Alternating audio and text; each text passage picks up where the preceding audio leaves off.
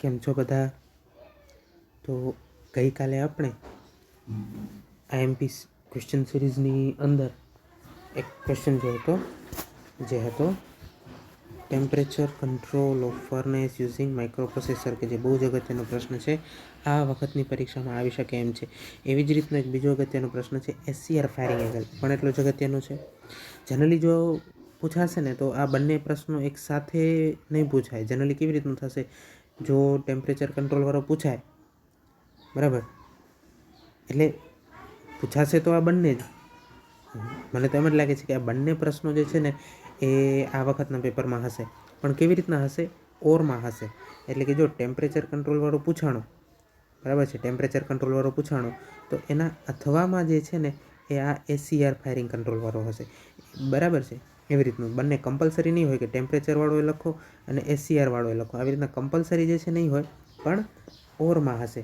બરાબર, કાં તો ટેમ્પરેચરવાળો લખો અથવા તો એસસીઆરવાળો લખો. બરાબર, તો આપણે બંને જોઈ જઈએ. હવે છે એસસીઆર ફાયરિંગ કંટ્રોલ. તો સૌથી પહેલાં સમજવું પડે એસસીઆર શું છે. બરાબર છે. એસસીઆર જે છે ને એ એક સેમિકન્ડક્ટર ડિવાઇસ છે. બરાબર છે. એનું કામ શું છે એસસીઆરનું? તો કે એનું કામ છે વોલ્ટેજ અથવા તો સિગ્નલના કંટ્રોલનું. એટલે હવે કેવી રીતે? જો એસસીઆર તમને ખબર જ હશે. બરાબર છે. થાઇરિસ્ટર ફેમિલીનું એ એક સેમિકન્ડક્ટર ડિવાઇસ છે. હવે વોલ્ટેજ જે છે એને આપણે સમજો કે મારે કંટ્રોલ કરવો છે. બરાબર છે. વોલ્ટેજ કંટ્રોલ માટે એનો ઉપયોગ થાય છે. બરાબર છે. કેવી રીતે?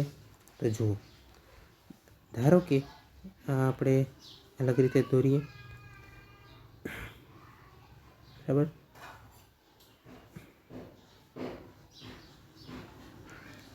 ધારો કે એક વોલ્ટેજ વેવ છે. બરાબર છે. આ એક વોલ્ટેજ વેવ છે. બરાબર છે. વોલ્ટેજ હવે મારે જે છે ને એ બરાબર આ કેટલાની છે? તો સમજો કે 230 વોલ્ટ જે છે મેક્સિમમ. બરાબર, 230 વોલ્ટ આરએમએસ. બરાબર છે. રૂટ મીન સ્ક્વેર આરએમએસ જે છે 230 વોલ્ટનો આ વોલ્ટેજ વેવ છે. પણ મારે જે છે એ 230 નહીં પણ 150 વોલ્ટેજ જે છે મારે આઉટપુટમાં મેળવવા છે. કેટલા? 150 વોલ્ટેજ. તો હું શું કરીશ? તો કે 230 વોલ્ટ એટલે શું છે ખરેખર તમે સમજો. 230 વોલ્ટ એટલે શું? તો કે એક આપણે જનરલી એક આખી સાયકલ જે છે એક જોઈએ તો આ સાયકલનું જે તમને એરિયા દેખાય છે બરાબર છે, એ એરિયાના સમપ્રમાણમાં વોલ્ટેજ તમને મળશે. જો આ કમ્પ્લીટ એરિયા તમે આઉટપુટમાં લ્યો છો તો તમને પૂરેપૂરો 230 વોલ્ટ મળશે. બરાબર છે. પણ જો તમે આ આખો એરિયા નથી લેતા પણ કંઈક આવી રીતના એરિયા જે છે બરાબર છે તમે લ્યો છો. બરાબર છે. કંઈક આવી રીતે તમે એરિયા તમે લ્યો છો તો તમને કદાચ 230થી ઓછા વોલ્ટ 200 વોલ્ટ મળે. બરાબર, કારણ કે આટલો જે એક્સ્ટ્રા એરિયા જે છે એ નીકળી ગયો છે. તો એસસીઆરનું કામ જે છે ને એ આ જ છે કે આ એરિયા જે છે, જે વોલ્ટેજ વેવફોર્મ છે એનો એરિયા જે છે એ કટ કરે છે, ઓછો કરે છે, કે જેથી આપણને શું મળે?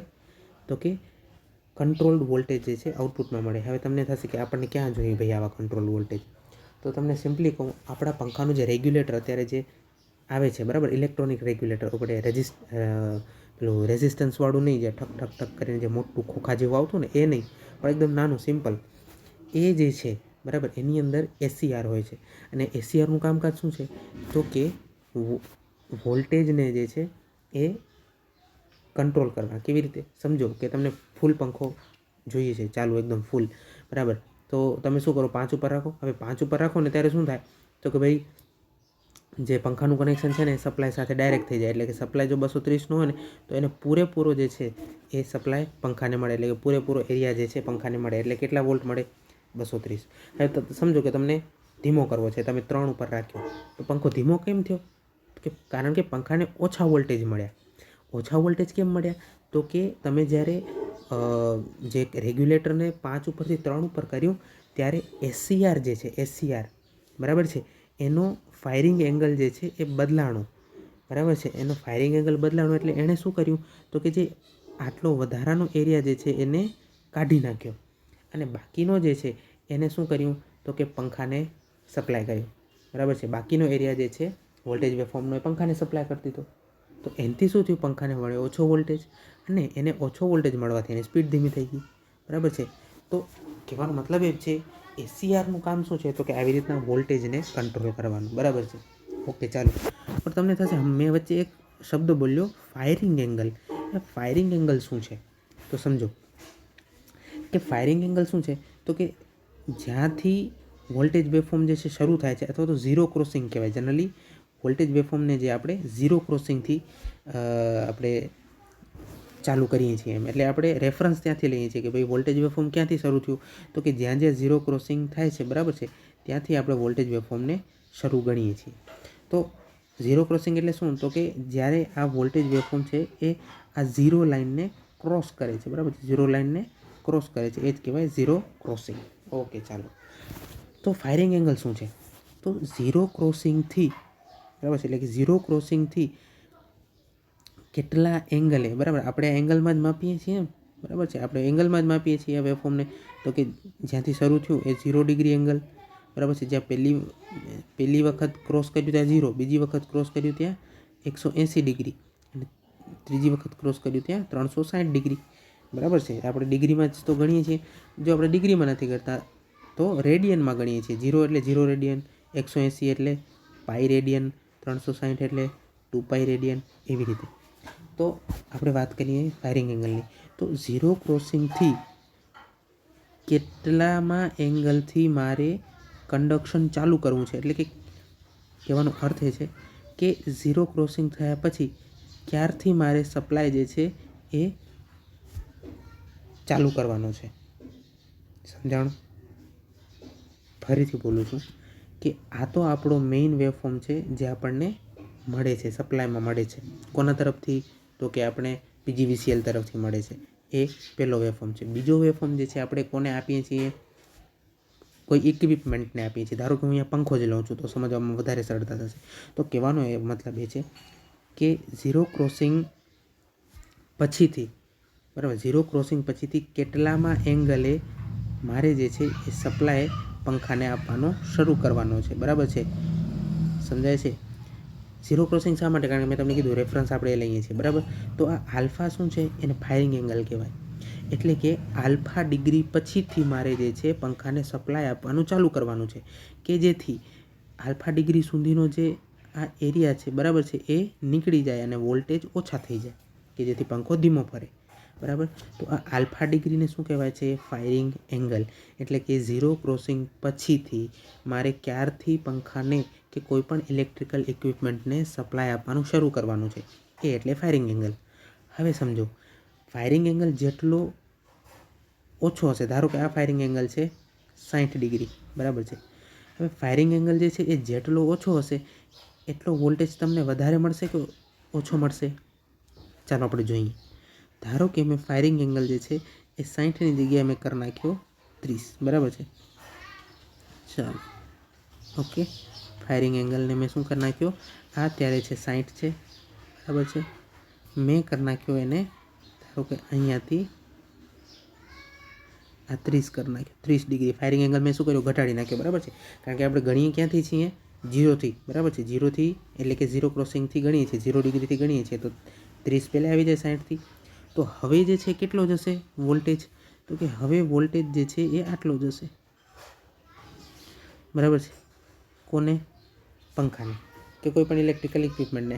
હવે આ એક્સ્ટ્રા જે છે એરિયા પણ જશે. તો તમે જ મને કહો કે પંખાને કે કોઈ ઇલેક્ટ્રિકલ ઇક્વિપમેન્ટને જે વોલ્ટેજ વેવફોર્મનો જે એરિયા મળી રહ્યો છે એનામાં ઘટાડો થયો કે વધારો થયો?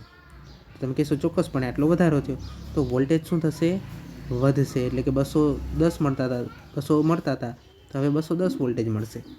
કહેવાનો અર્થ એમ છે, જેમ જેમ ફાયરિંગ એંગલ એટલે કે આલ્ફા ડિગ્રી આપણે ઘટાડતા જઈશું એમ એમ વોલ્ટેજ આઉટપુટ જે છે એ વધતું જશે. અને જેમ જેમ આપણે આનું ઊંધું, આલ્ફા એટલે કે ફાયરિંગ એંગલ વધારતા જશું એમ એમ વોલ્ટેજ શું થતો જશે, ઘટતો જશે, બરાબર છે.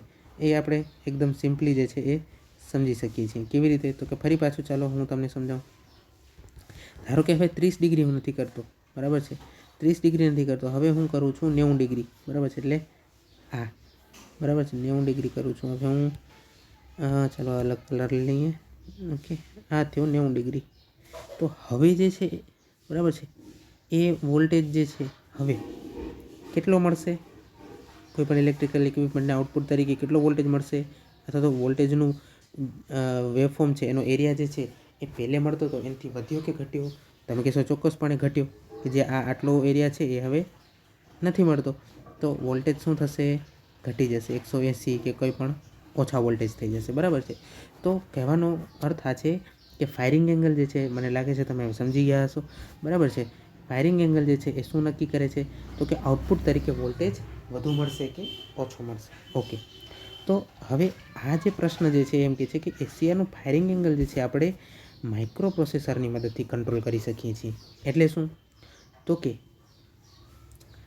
એસીઆરના ફાયરિંગ એંગલને આપણે શું કરી શકીએ છીએ? કંટ્રોલ. એટલે કે 30 ડિગ્રી રાખવો, 40 ડિગ્રી રાખવો, 50, 60, 70, કેટલા ડિગ્રી આપણે જે છે ફાયરિંગ એંગલ રાખવો, બરાબર, એ આપણે નક્કી કરી શકીએ છીએ માઇક્રો પ્રોસેસરની મદદથી.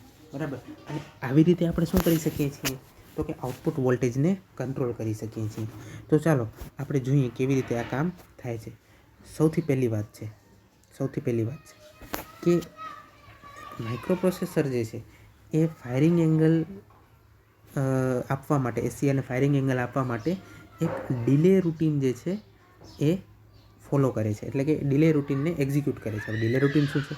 તો એના માટે આપણે સમજીએ કે માઇક્રો પ્રોસેસરને એક સ્ક્વેર વેવ જે છે એ ઇનપુટ તરીકે આપવામાં આવે છે ઇન્ટરપ્ટ. બરાબર છે. ઇનપુટ તરીકે ઇન્ટરપ્ટ પર આપવામાં આવે છે. હવે તમે કહેશો કંઈ સમજાતું નથી. સિમ્પલી સમજો. માઇક્રો પ્રોસેસર પાસે ઇન્ટરપ્ટ છે. કેટલા? 5. મેં તમને કીધું હતું. કયા કયા છે યાદ કરો. સૌથી પહેલે તો છે ટ્રેપ, જે અનમાસ્કેબલ છે. પછી છે INTR, પછી છે INT 5.5, 6.5 અને 7.5. આ 5 ટોટલ ઇન્ટરપ્ટ માઇક્રો પ્રોસેસર પાસે છે. હવે એનામાંના કોઈ પણ એક ઇન્ટરપ્ટ સિગ્નલને, એનામાંની કોઈ પણ એક ઇન્ટરપ્ટ પિન ઉપર આપણે સ્ક્વેર વેવ જે છે એ ઇન્ટરપ્ટ તરીકે આપીએ છીએ. શું આપીએ છીએ? માઇક્રો પ્રોસેસરને કોઈ પણ એક ઇન્ટરપ્ટ પિન ઉપર સ્ક્વેર વેવ એક ઇન્ટરપ્ટ સિગ્નલ તરીકે આપીએ છીએ. શું આપીએ છીએ? Square wave. હવે આ સ્ક્વેર વેવ કેવી રીતે જનરેટ થાય છે હું તમને પછી કહીશ, પણ હમણાં સમજો.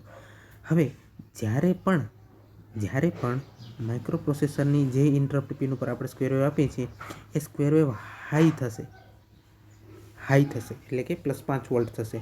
ત્યારે માઇક્રો પ્રોસેસર શું કરશે? તો કે પોતાનું બધું કામ પડતું મૂકીને એક ઇન્ટરપ્ટ રૂટીન આવે. બરાબર, મેં તમને કીધું હતું એક ઇન્ટરપ્ટ રૂટીન આવે છે. એટલે કે જ્યારે એને ઇન્ટરપ્ટ મળશે ત્યારે એ ઇન્ટરપ્ટ રૂટીનમાં જશે. ઇન્ટરપ્ટ રૂટીન શું છે? તો કે જ્યારે પણ માઇક્રો પ્રોસેસરને ઇન્ટરપ્ટ મળે ત્યારે એને શું કરવાનું, બરાબર, એ ઇન્ટરપ્ટ રૂટીનની અંદર લખેલું હોય છે. હવે એ ઇન્ટરપ્ટ રૂટીનની અંદર શું લખેલું હશે? તો કે ડિલે જે છે, ડિલે પ્રોગ્રામ લખેલો હશે. બરાબર છે. માઇક્રો પ્રોસેસરના એ ઇન્ટરપ્ટ રૂટીનની અંદર લખેલો હશે ડિલે પ્રોગ્રામ. હવે એ ડિલે પ્રોગ્રામ જે છે એનું કામ શું છે? તો કે આ જે આઉટપુટમાં જે સિગ્નલ મળે છે ને એસીઆરને, એ બનાવવાનું. હવે કેવી રીતે બનાવશે? તો કે સમજો કે માઇક્રો પ્રોસેસર જે છે, બરાબર છે, આ માઇક્રો પ્રોસેસર છે. બરાબર. હવે એને જે છે એ ઇન્ટરપ્ટ પર એને હાઈ સિગ્નલ મળ્યું. બરાબર છે. એને ઇન્ટરપ્ટ પર હાઈ સિગ્નલ મળ્યું. ક્યાં મળ્યું? ઇન્ટરપ્ટ પર. બરાબર છે. ઇન્ટરપ્ટ પર એને હાઈ સિગ્નલ મળ્યું. હવે જેવું એને હાઈ સિગ્નલ મળે છે કે તરત એ ક્યાં જશે? એ ઇન્ટરપ્ટ રૂટીનમાં જશે. બરાબર છે. ઇન્ટરપ્ટ રૂટીનમાં જશે કે જ્યાં એક ડિલે પ્રોગ્રામ લખેલો છે. એ એને એક્ઝિક્યુટ કરશે. કોણ? માઇક્રો પ્રોસેસર ડિલે પ્રોગ્રામને એક્ઝિક્યુટ કરશે. અને એ ડિલે પ્રોગ્રામ પૂરો થશે ત્યારે એ એક સ્ક્વેર વેવ જે છે એ જનરેટ કરશે. અને આ સ્ક્વેર વેવ જે છે કોને આપવામાં આવશે? એસસીઆરને એના ફાયરિંગ પલ્સ તરીકે. બરાબર છે. એસસીઆરને એના ફાયરિંગ પલ્સ તરીકે આપવામાં આવશે. બરાબર છે. હવે તમને થશે તો અહીંયા જે છે આપણે ડિલે રૂટીનને એક્ઝિક્યુટ કરાવ્યું, પણ એનાથી ફરક શું પડ્યો? તો સમજો, જ્યારે પણ, બરાબર છે, સમજો કે આ જે છે એ મારો વોલ્ટેજ વેવફોર્મ છે. હવે ઝીરો ક્રોસિંગ જે છે ને સોરી આ ઝીરો ક્રોસિંગ બરાબર આવ્યો હા. તો હવે સમજો કે જ્યારે આ સ્ક્વેર વેવ કેવી રીતે જનરેટ કરીએ છીએ આપણે, તો કે ઝીરો ક્રોસિંગ ડિટેક્ટરની મદદથી કરીએ છીએ બરાબર છે. એટલે શું, તો કે સૌથી પહેલાં તો 230 વોલ્ટ છે એને આપણે સ્ટેપ ડાઉન કરીએ છીએ અને એને આપણે આપીએ છીએ ઝીરો ક્રોસિંગ ડિટેક્ટર પાસે. હવે ઝીરો ક્રોસિંગ ડિટેક્ટર શું કરે છે એ જુઓ, જ્યારે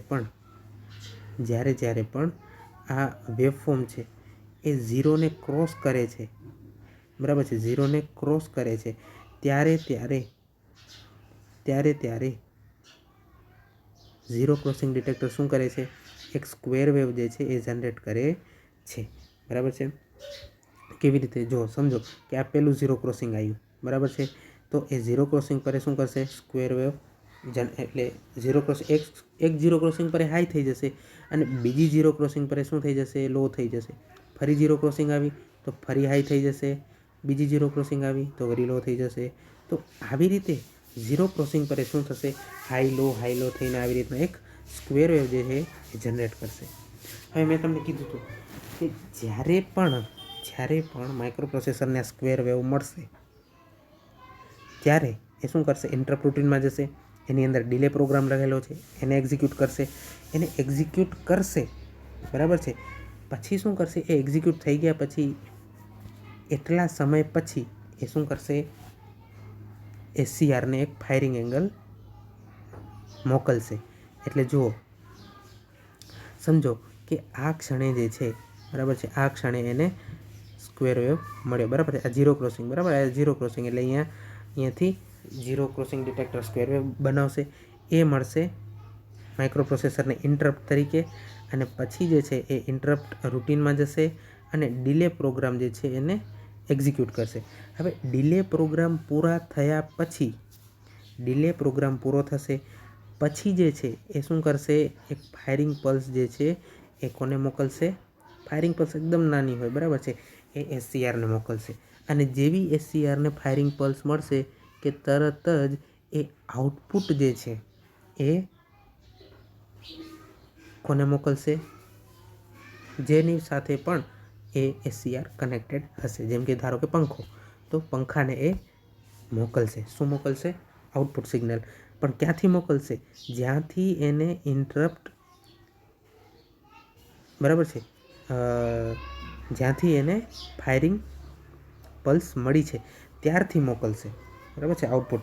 એ પહેલાંનું એ નહીં મોકલે બરાબર છે, તો આવી રીતે ડિલે જે છે એનું કામ શું છે, તો કે જ્યારથી એને ઝીરો ક્રોસિંગ ડિટેક્ટર પાસેથી સ્ક્વેર વેવ મળ્યું છે ત્યારથી લઈને જે ડિલે રૂટીન પૂરું થાય બરાબર છે ત્યાં સુધી જે છે એ ફાયરિંગ પલ્સ ના મોકલે બરાબર. એટલે સિમ્પલી સમજો તમે, સ્ક્વેર વેવ મળશે એને ઇનપુટ તરીકે અને ડિલે જે છે એ રૂટીન ફોલો કરશે. ડિલે રૂટીન એટલે શું, તો કે ડિલે રૂટીન જે છે ને એનું કામ ખાલી એટલું જ છે કે ફાયરિંગ પલ્સ જે છે એ ઝીરો ક્રોસિંગના રેફરન્સમાં એને થોડીક મોડી પહોંચાડવી, કોને, એસસીઆરને બરાબર. તો આવી રીતના જે છે એ એસસીઆરની ફાયરિંગ જે છે એ થાય છે બરાબર છે. એસસીઆરનું ફાયરિંગ જે છે એંગલ એ કંટ્રોલ થાય છે બરાબર છે. તો બહુ આની અંદર એટલું ડીપમાં આપણે જવાનું નથી, પણ મેઇન વસ્તુ એ છે કે જે ડિલે રૂટીન છે બરાબર, એનું કામ શું છે, તો કે જ્યારથી માઇક્રો પ્રોસેસરને એક ઝીરો ક્રોસિંગ ડિટેક્ટર તરફથી સ્ક્વેર વેવ મળે છે ત્યારથી શરૂ કરીને બરાબર છે એસસીઆરને જે ફાયરિંગ એંગલ આપણે આપવાનું છે બરાબર છે, ફાયરિંગ એક પલ્સ આપવાની છે, એની વચ્ચેનો જે ડિલે જે છે એ આપણે બનાવવાનો છે ડિલે રૂટીનની મદદથી બરાબર છે. તો આ ડિલે રૂટીન નક્કી કરે છે કે ફાયરિંગ પલ્સ જે છે એ ઝીરો ક્રોસિંગ પછી કેટલા એંગલે મળશે. ડિલે રૂટીન જેટલું વધારે બરાબર એટલું મોડું જે છે એ એસસીઆરને ફાયરિંગ પલ્સ મળશે, અને જેટલું મોડું એસસીઆરને ફાયરિંગ પલ્સ મળશે એટલે ફાયરિંગ એંગલ વધશે તો વોલ્ટેજ ઓટોમેટિક ઘટી જશે બરાબર છે. તો આ જે છે એ એસસીઆરનું ફાયરિંગ એંગલ કંટ્રોલ આપણે સમજ્યા બરાબર છે. તો firing angle of SCR is determined by time between zero crossing અને પલ્સ એપ્લાઇડ બરાબર છે. તો આ મેં તમને હમણાં સમજાવ્યું બરાબર. તો આ જે છે એ ખાસ આપણે સમજવાનું હતું બરાબર. આપણે નેક્સ્ટ લેક્ચરની અંદર જે છે એ જોશું ડેટા એક્વિઝિશન સિસ્ટમ.